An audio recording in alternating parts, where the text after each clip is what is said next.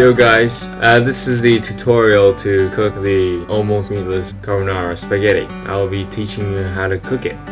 Now we start by heating up the pan on the stove and then place the bacons inside.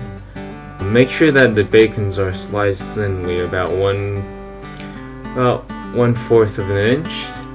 And then we cook the bacons.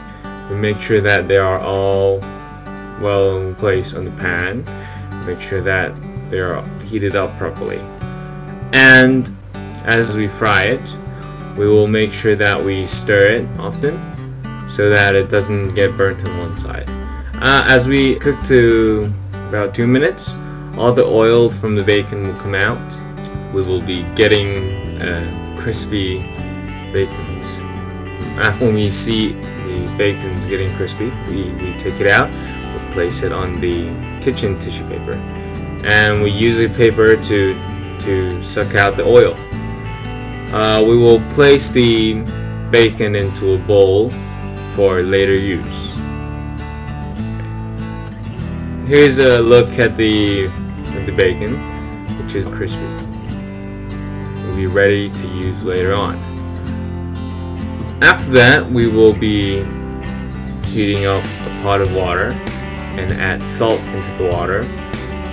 The main reason of that is because when we cook the vegetable, the asparagus and the peas, they don't have much taste.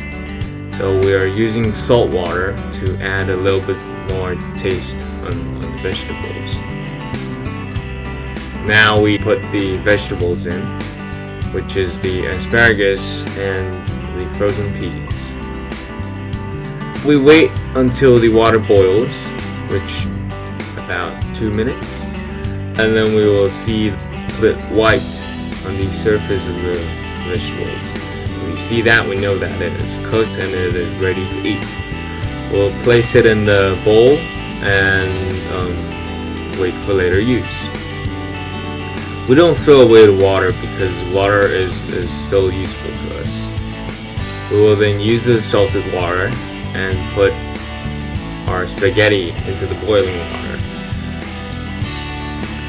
And now we will heat up the pan and heat up the oil in the pan, which is the bacon's oil. We will put the vegetables inside and have it fried. We will fry it until there are a bit brownish coating surface on the vegetables. We will then stir it a little bit so it doesn't get burnt, and we will now put it in the bowl and be ready to use it afterwards. Now we'll create the sauce for our carbonara spaghetti, and here we have 3 eggs and 2 tablespoons of milk. After that, we will whisk it until it becomes this light yellowish color, and we make sure that there are no more egg whites left out, not mixed. After the spaghetti is done, we will take the spaghetti to the sink and we will get a filter to filter out the water and to get our spaghetti. The spaghetti that is out is very hot. Be careful with that. And then we will use the spaghetti to cook the sauce. Now we will place the vegetables, the cheese, and the bacons inside, which then we will stir it around. When we're done stirring, we add a little bit of salt and we add a little bit of pepper, which adds extra taste into the dish.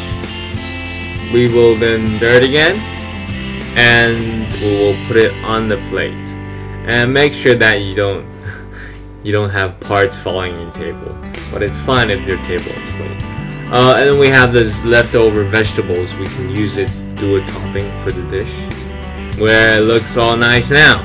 After we put the vegetables on, we will put the pepper and cheese on, which gives a little bit seasoning. It actually depends on how much you want. I personally prefer more cheese, therefore I put a lot.